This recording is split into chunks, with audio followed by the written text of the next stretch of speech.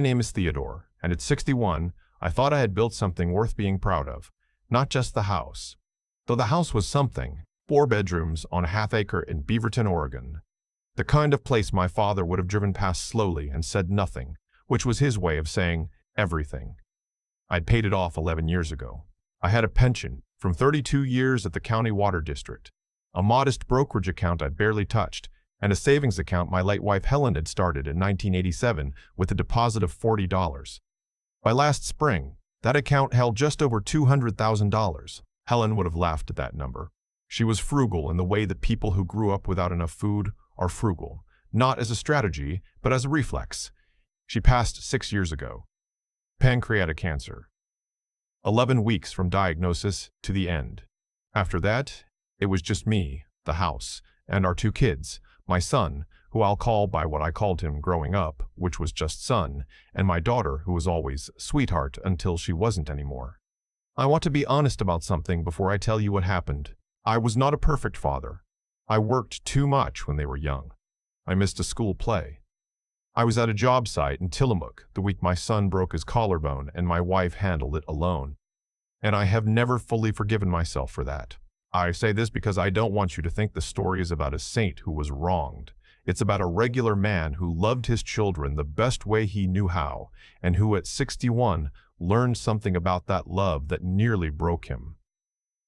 It started on a Thursday in April. I had an appointment at 10 a.m. with my estate attorney downtown, a woman named Beverly, who had handled Helen's estate and had been after me for 2 years to update my own documents. The plan was simple: walk through my will, review the beneficiary designations on the accounts, maybe set up a small revocable trust to avoid probate. Standard stuff. My son and daughter both knew about the appointment. I'd mentioned it at Easter dinner 6 weeks earlier, more as a passing comment than anything else. I should probably get my affairs in order. Beverly's been on my case about it. Nobody said much. My daughter refilled her wine. My son passed the rolls. I was in the driveway at 9:35, just unlocking the car, when a man I had never seen before came around the side of my fence at something between a fast walk and a jog. He was maybe 45, wearing a gray zip-up and work pants with a logo I didn't recognize. He had a look on his face that I can only describe as urgent in a way that people usually aren't when they're approaching a stranger. "Excuse me," he said. "Is this your truck?" He pointed at my car, which is a sedan, not a truck. I think he was nervous. "It's my car," I said. "Can I help you?" He stopped about 4 feet away and glanced back toward the street. "I work for Greenway Tree Service. We were trimming the maples on your neighbor's property yesterday afternoon." He paused. "Sir, I don't really know how to say this. While we were up in the tree, the big one near your back fence, I could see down into your driveway. And I saw a man crouch next to your car. Back left wheel. He was there for a few minutes, and then he left through your back gate." I didn't say anything. "I don't know what he was doing," the man said. "Might be nothing. But I've got a brother-in-law who's a mechanic, and I thought, I don't know. I just thought you should know before you drove anywhere." His name was Bobby. He gave me his work number and his cell. He seemed almost embarrassed, like he was worried I would think he was crazy. I told him I didn't think he was crazy. I thanked him, and then I stood in my driveway for about 2 minutes after he left, keys in my hand, looking at my car. I called Beverly and told her I'd be late. Then I called a mobile mechanic I'd used a few times, a retired guy named Lou who worked out of a van and charged half what the dealerships do. I told him what the tree trimmer told me. Lou was there in 20 minutes. He was under the car for less than 10. "Ted," he said, using the name most people use, even though my license says Theodore. He stood up slowly, wiping his hands on a red rag.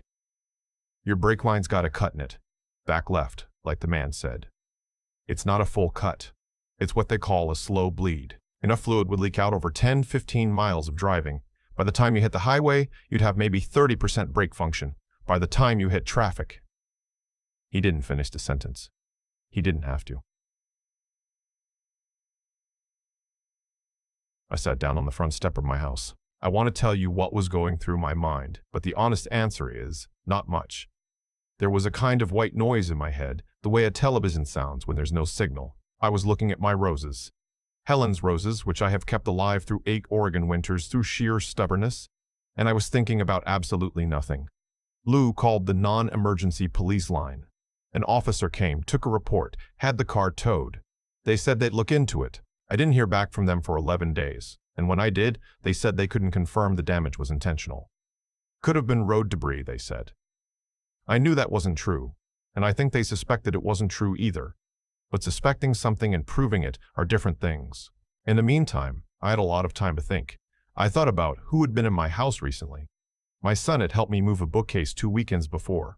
He'd been in the garage, had access to the side gate, knew the layout of the property. My daughter had stopped by the week before that, briefly, to drop off a casserole dish she'd borrowed. She hadn't come inside, actually. She'd handed it to me at the door and said she was double-parked and couldn't stay.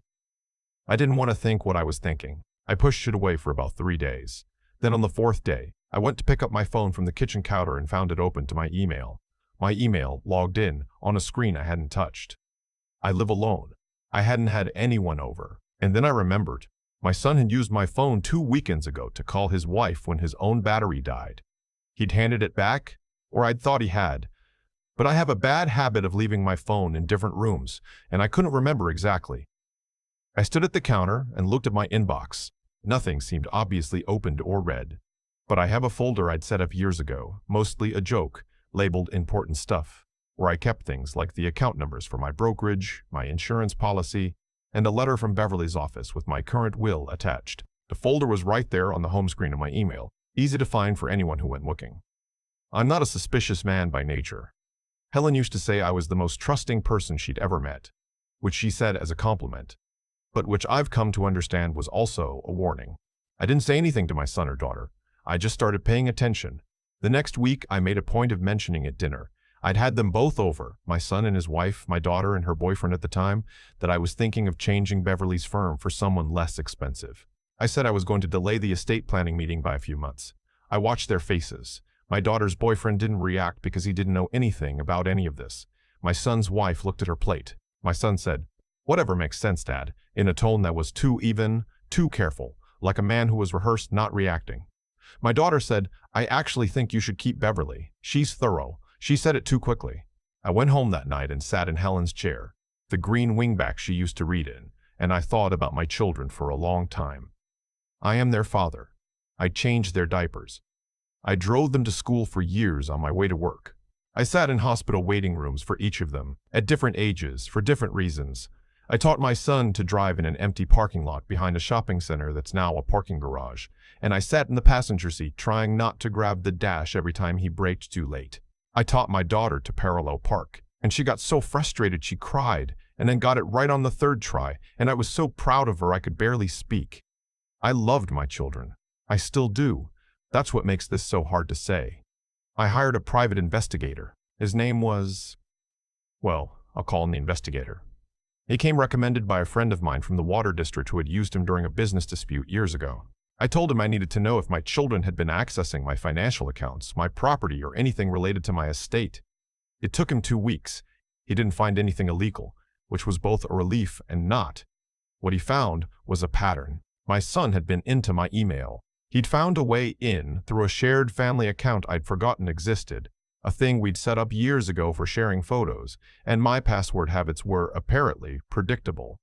He'd been reading my financial statements. He'd forwarded one of Beverly's emails to his own account, the one with my current will attached. My daughter had separately been talking to a real estate agent. Not to buy. To appraise. She'd asked for a valuation of her property in Beaverton, didn't give the address directly, but described it in enough detail, including the lot size and the year of construction, that the investigator was able to match it to my house. And they had been talking to each other, not about any of this directly in writing. They were careful, but there were enough references in messages the investigator had obtained legally through various means I won't detail to understand the rough shape of what they were thinking. They weren't planning violence. I want to be clear about that. I don't believe my children wanted to hurt me. I believe they wanted my death to be a matter of timing and convenience, and that someone else, someone I didn't know about, someone my son perhaps trusted, had taken a step that no one had explicitly asked for, but that no one had explicitly ruled out either. That is the most charitable interpretation I can offer. I sat with it for a week. I didn't call them. I went to work in my yard. I pruned the roses. I cleaned out the garage, something I'd been meaning to do for 2 years. I threw away boxes of things that I'd been keeping for no reason, which felt, under the circumstances, appropriate. Then I called Beverly. I told her I wanted to come in, but I didn't want my children to know. I revised my will entirely. I removed both of them as primary beneficiaries. I designated the majority of my estate, the house, the accounts, everything, to 2 organizations: a hospice that had cared for Helen in her final weeks, and a land trust that preserves green space in the Willamette Valley, which Helen had donated to every December for the last 20 years of her life. I left my son and daughter each a nominal amount, enough to make the will unambiguous, enough that a court would understand the omissions were intentional and not accidental. Beverly did not ask me many questions. She has been an attorney for 30 years. She drew up the documents, I signed them, and I thanked her, and she said, "I hope things get easier, Theodore." She was the only person who called me that besides Helen, the original appointment, the one I'd mentioned at Easter. The reason all of this had started, I rescheduled it for the following Thursday. Same time, 10 a.m. I told my son and daughter I'd moved it back a week, that it was still on, that I expected them both to be there since the will affected them. My son said he'd be there. My daughter said she'd rearrange her schedule. The night before, I didn't sleep much. I lay in bed and looked at the ceiling and thought about Helen. I thought about what she would say if I told her all of this. I decided she would sit quietly for a long time and then say, "Well, I suppose you know what you have to do." That was her way. I got up early, made coffee, drove myself to Beverly's office in a rental car I'd had for the past week. I hadn't told the kids about that either, and I sat in the waiting room and read a magazine I didn't absorb a single word of. They arrived within 5 minutes of each other. My son first, in a jacket I hadn't seen before, like he dressed up for the occasion. My daughter second, with the boyfriend who I hadn't expected and who seemed uncomfortable the moment he walked in, the way people are when they realize they've walked into a room where something is happening that they don't fully understand. My son saw me and smiled. It was a practiced smile, the kind where the eyes are working very hard. "Dad," he said, "you look good." "I feel good," I said. His wife squeezed his arm. We went into Beverly's conference room. Beverly had the documents arranged on the table. She looked at my son and daughter and said, in her careful way, "I want to be transparent with you both. Your father has made some revisions to his estate plan since we last spoke. The documents you were previously aware of are no longer current." She slid the new will across the table. My son picked it up. I watched his face as he read the first page. The smile stayed on for about 4 seconds. Then something behind his eyes shifted, like a light being adjusted in a different room. My daughter reached over and took the document from him. She read faster than he did. When she looked up, she looked at me, not at Beverly. "Dad," she said. "What is this?" "It's my will," I said. "The current one. This leaves the house to a land trust." "Yes." "And your accounts?" "To the hospice. The one that took care of your mother." The room was quiet for a moment. My son's wife was looking at her hands. My daughter's boyfriend was looking at the table. My son was looking at me with an expression I had never seen on his face before, something between confusion and a recognition that something had gone wrong in a way he couldn't immediately measure. "I don't understand," my son said. "I know," I said. "I didn't say anything else. I didn't explain the break line. I didn't mention the investigator or the emails or the real estate appraisal. I didn't want to. I had spent a long time thinking about whether I should confront them with what I knew, and I had decided against it. And sitting in that room, I knew I'd made the right decision. Some things, once you say them out loud, can never be unsaid, and I didn't want to spend whatever years I have left defined by that conversation. My daughter started to say something about family, about what Mom would have wanted. I waited for her to finish. Then I said, "Your mother spent 20 years giving to that land trust. I think she'd be glad to know her house went the same direction." That was all I said. We left Beverly's office in separate directions, which I suppose is the only accurate metaphor I have for how things stand now. I drove back to Beaverton, I stopped at the nursery on the way home and bought 3 new rose canes, a variety called 4th of July that I'd been wanting to try for years but somehow never got around to. I planted them along the back fence that afternoon, in the spot where I knew the sun hit longest. Bobby, the tree trimmer, I tracked him down through the Greenway Tree Service office. I brought him a bottle of scotch and an envelope with $500 in it. He looked at the envelope and said he couldn't take that. I told him Helen's roses were still alive because of him, which wasn't entirely logical but felt true enough to say. He took the envelope. I talked to Beverly occasionally. I have dinner once a week with a friend from the water district named Phil, who knows most of the story now and who never says too much about it, which is what I need. I'm not lonely exactly. I'm in a different kind of quiet than I was before, a quiet I'm still getting used to. My son called once, about a month after the meeting. He said he wanted to talk. I said I wasn't ready.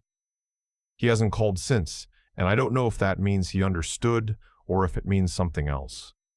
My daughter sent a card for my birthday in June. It had a sunset on it and said, "Thinking of you," in script lettering. She signed it with her name, just her name, no love. I put it on the mantle for a week because I didn't know what else to do with it, and then I moved it to a drawer. I think about Helen a lot. I think about the $40 she put in that savings account before our son was born when we were living in a 2-bedroom apartment in Hillsborough and eating a lot of pasta and hoping for the best. I think about how careful she was, how she worried, how she kept a little notebook in her purse with a running list of what we owed and what we had, and how she updated it every Sunday evening at the kitchen table while I watched football and didn't pay enough attention. She built something. We both did. We built it together. Over 33 years through recessions and roof repairs, and one very bad year in 2008, and the illness of several parents in the raising of 2 children who turned out to be more complicated than either of us expected. I am still in the house. The 4th of July roses came up beautifully this summer. Big, open blooms, red and white striped, more dramatic than anything else in the garden. Helen would have either loved them or thought they were too much. I lean toward she would have loved them. I don't know what happens next. I'm 61. If I'm lucky and careful, I have another 30 years, give or take. I have a pension and a house and a savings account and a garden and a friend named Phil, who never says too much, and a mechanic named Lou, who charges fair prices, and a tree trimmer named Bobby, who I plan to hire every year from now on for the maples in my backyard, even if they don't need trimming. That feels like enough. Most days, it feels like more than enough.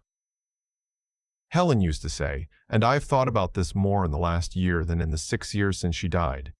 She used to say that money is only worth what you decide to do with it. She meant it as a practical observation, a thing she'd figured out from her little notebook. But I think she was also right, in a bigger way than she intended. I decided. That's what I keep coming back to. In the end, after everything, I was the one who got to decide. That's the part that still feels like something.